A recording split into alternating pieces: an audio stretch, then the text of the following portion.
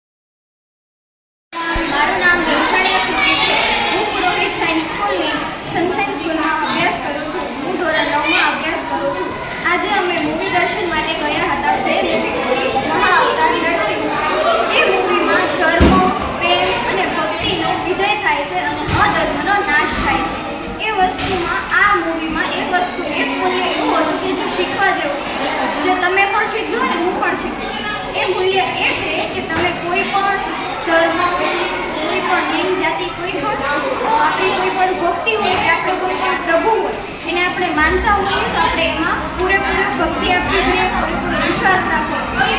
જેથી આપણે એમાં વિશ્વાસ રાખશું તો આપણે કોઈ પણ જ્યારે મુસીબતમાં મુકાશું ને ત્યારે પ્રભુ આપણા માટે કોઈ પણ સમયે કોઈ પણ સ્થળે કે કોઈ પણ અવતાર લઈને આવી શકે છે।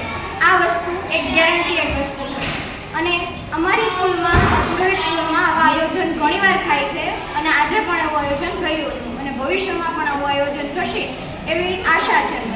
જય સિયારામ।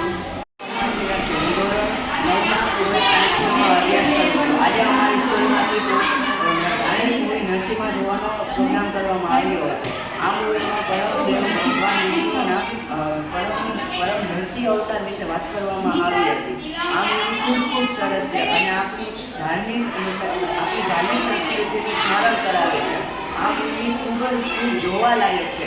અમારી સ્કૂલમાં આવી ધાર્મિક અને સંસ્કૃતિ બાબતોના વિશેષ પ્રોગ્રામ થતા રહે છે। જય સિયારામ।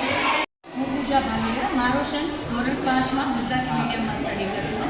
આજે એટલે કે 7 ઓગસ્ટના પુરોહિત સ્કૂલમાંથી આપણને સરસ મજાનો પ્રોગ્રામ રાખ્યો હતો જે હતું નરસિંહમાં મૂવી જોવા માટે અને ખરેખર મૂવી બી એટલું સરસ હતું। છોકરાઓને અને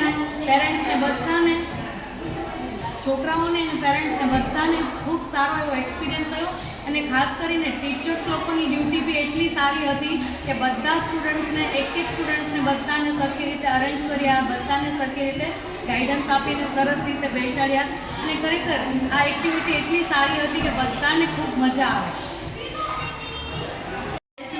મારું બાળક છે બીજા ધોરણમાં ભણે છે અને આજે અમે મૂવી જોવા હતા અને બહુ જ મજા આવી ગઈ અને એન્જોય બહુ જ કર્યું અને ખૂબ સરસ બહુ જ સરસ આયોજન હતું અને બધા સ્ટાફનો પણ એવો સરસ હતો કે એ લોકોનું બધાનું ધ્યાન રાખીને આજે મૂવી સરસ જોવાની બધા બાળકોને એટલી મજા આવી।